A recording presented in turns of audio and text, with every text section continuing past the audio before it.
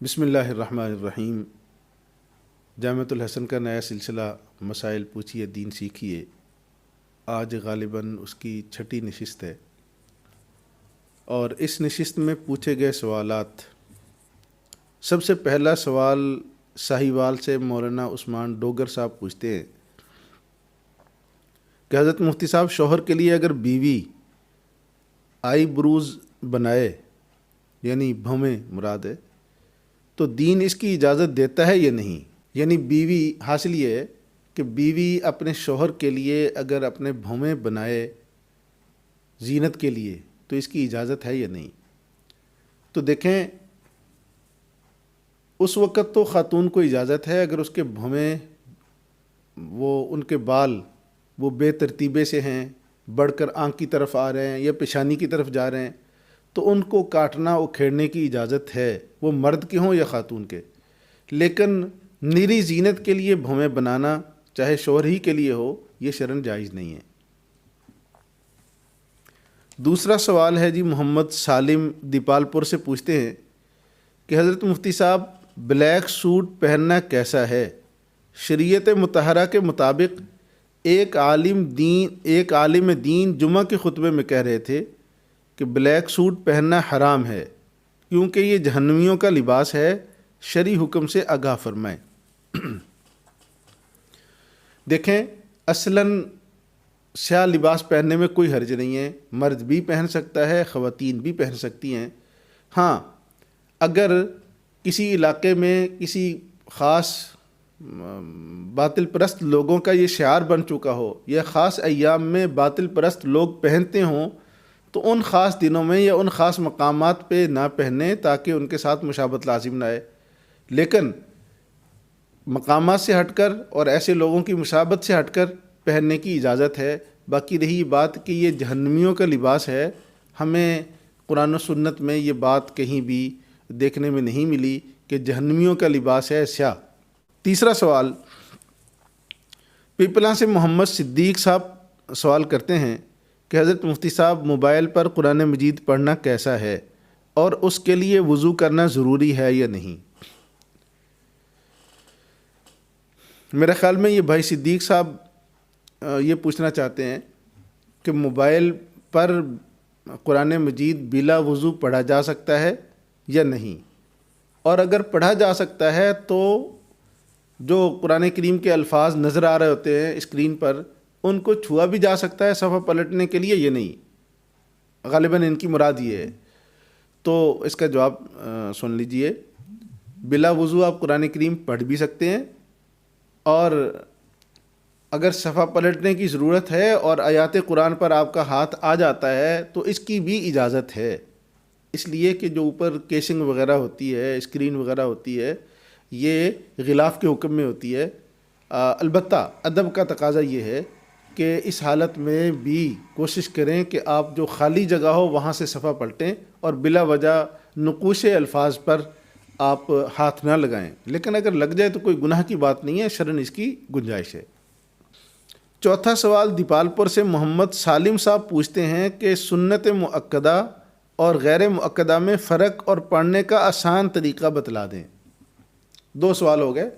پہلا سوال یہ ہے کہ سنت مؤکدہ اور غیر مؤکدہ کا فرق کیا ہے؟ تو سنت مؤکدہ ان سنن کو کہتے ہیں کہ جن کو جناب نبی کریم صلی اللہ علیہ وآلہ وسلم نے باقاعدگی کے ساتھ پڑھا ہو اور آپ نے اس پر ہمیشگی اختیار فرمائی ہو، آپ نے ان کو عام حالات میں نہ چھوڑا ہو، تو یہ مؤکدہ ہوتی ہیں۔ اور جو سنتیں آپ صلی اللہ علیہ وآلہ وسلم نے کبھی پڑھ لی اور اکثر چھوڑ بھی دیں، یعنی ان کا اہتمام نہیں فرمایا آپ صلی اللہ علیہ وآلہ وسلم نے، انہیں غیر مؤکدہ کہتے ہیں۔ اور دوسرا یہ کہ ان کا حکم کیا ہے؟ سنت مؤکدہ بلا عذر چھوڑنا گناہ ہے، اور غیر مؤکدہ سنتیں چھوڑنے میں کوئی قباحت نہیں ہے۔ وقت ہو تو بڑی اچھی بات ہے، آپ کو ثواب زیادہ ملے گا، آپ کی نیکیوں میں اضافہ ہوگا، اور اگر آپ کی ہمت نہیں ہے یا آپ کا اس وقت شوق نہیں ہے، آپ چھوڑ لیں تو اس میں کوئی گناہ نہیں ہے۔ دوسرا سوال یہ ہے کہ ان کے پڑھنے میں کوئی فرق ہے یا نہیں؟ تو ان میں جو فقہاء کرام اور محدثین اعظام نے جو لکھا ہے، واضح فرق یہ ہے کہ سنت مؤکدہ ان کا طریقہ یہ ہوتا ہے کہ ہم پہلی 2 رکعتیں جب پڑھتے ہیں، پہلے تشہد میں یعنی اتحیات میں بیٹھتے ہیں، تو اس میں اتحیات پڑھ کر ہم نے کھڑے ہو جانا ہوتا ہے، آگے درود پاک اور ربی جالنی نہیں پڑھنا ہوتی، اور کھڑے ہو کر بسم اللہ الرحمن الرحیم سے ہم تیسری رکعت کا آغاز کرتے ہیں اور پھر سورہ فاتحہ پڑھتے ہیں، اس کے بعد بسم اللہ اور سورت ملاتے ہیں۔ یہ سنت مؤکدہ کا طریقہ ہے۔ اور سنت غیر مؤکدہ میں تھوڑی سی تبدیلی ہے کہ اس میں جب ہم 4 رکعتیں اگر پڑھ رہے ہیں، وہ نفل ہوں یا سنت غیر مؤکدہ، تو پہلے قعدہ میں بیٹھیں گے، تشہد میں بیٹھیں گے، تو اس وقت ہم اتحیات پڑھ کر نہیں اٹھیں گے، بلکہ درود پاک بھی پڑھیں گے، ساتھ ربی جالنی بھی پڑھیں گے۔ یہ مکمل کرنے کے بعد تیسری رکعت کے لیے جب کھڑے ہوں گے تو اس تیسری رکعت کا آغاز صرف بسم اللہ سے نہیں بلکہ سبحانک اللہم سے کریں گے، جیسے ہم نے پہلی رکعت کا آغاز کیا تھا۔ تو یہ جو صلاۃ التسبیح ہوتی ہے اس کے اندر بھی یہی طریقہ ہوتا ہے، نوافل 4 پڑھنے ہو تو ان کا بھی یہی طریقہ ہوتا ہے، سنت غیر مؤکدہ ہو تو ان کا بھی یہی طریقہ ہوتا ہے۔ اب لازماً ہے کہ یہ سائل اگلا یہ سوال کرے گا کہ اگر کوئی آدمی وہ سنت غیر مؤکدہ کو مؤکدہ کی طرح ہی پڑھتا رہا تو اس کی سنتوں کا کیا حکم ہے؟ تو وہ میں اپنی طرف سے ہی بیان کر دیتا ہوں کہ ان کی وہ سنتیں ہو گئی ہیں، پریشان نہ ہو، ان کو انشاءاللہ اجر ملے گا، لیکن جو زائد اجر تھا اس طرح سے پڑھنے کا، اس تھوڑے سے اجر میں کمی ہوگی، باقی وہ سنتیں ان کی ہو گئی ہیں۔ آگے 5واں سوال ہے جی، گڑی حبیب اللہ سے مولانا رفاقت صاحب سوال کرتے ہیں کہ حضرت مفتی صاحب، اگر کسی خاتون کا 2.5-3 ماہ کا بچہ ضائع ہو گیا، یعنی حمل ضائع ہو گیا، تو کیا اس پر نفاس کے احکامات جاری ہوں گے؟ اور شوہر کب تک اپنی بیوی کے پاس جا سکتا ہے؟ کیا 40 دن پورے کیے جائیں گے یا نہیں؟ حکم سے آگاہ فرمائیں۔ مولانا رفاقت صاحب نے کئی سارے سوالات اکٹھے کر دیے۔ پہلا سوال یہ ہے کہ اگر کسی خاتون کا 3 ماہ کا حمل 2.5-3 ماہ کا بچہ ضائع ہو گیا تو کیا اس پر نفاس کے احکامات جاری ہوں گے؟ یاد رکھیں، اس میں فقہاء نے اصول یہ بیان کیا ہے کہ اگر وہ حمل کے کچھ اعضاء بن چکے ہوں، جیسے کوئی ہاتھ ہے، انگلی ہے، سر کا کوئی حصہ ہے، کوئی بھی عضو بن چکا ہے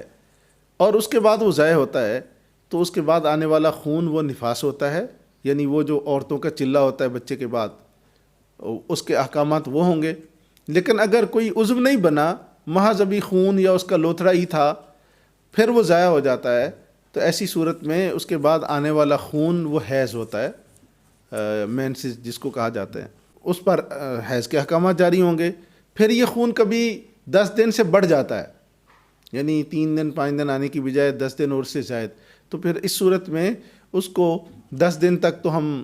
اس کو حیض شمار کریں گے، اس کے اوپر جو ہوگا بیماری کا خون ہوگا، یعنی کہنے کا مقصد یہ ہے کہ 10 دن کے بعد ان کو نمازیں بھی پڑھنا پڑیں گی اور جو اپنی تلاوت وغیرہ وہ سب کچھ ساتھ کر سکتی ہیں، معذور والے احکام اس کے ہو جائیں گے اگر وہ شرعی معذور بنتی ہوئی خاتون۔ اب رہی یہ بات کہ یہ فیصلہ کس طرح سے ہوگا، ایک تو پتہ چل جاتا ہے خاتون کو، دوسرا فقہاء کرام نے بھی تقریباً لکھا ہے کہ 3 ماہ تک تو یقیناً وہ اس کے اعضاء وغیرہ نہیں بنے ہوتے، ابھی تک خون کی ہی حالتیں بدل رہی ہوتی ہیں، باقاعدہ عضو نہیں بنا ہوتا، تو 2.5-3 ماہ تک کا حمل اگر ضائع ہو جائے تو اس کے بعد آنے والا خون یقیناً حیض کا ہوگا، مینسز کا ہوگا، اس کے اوپر مینسز والے احکام جاری ہوں گے۔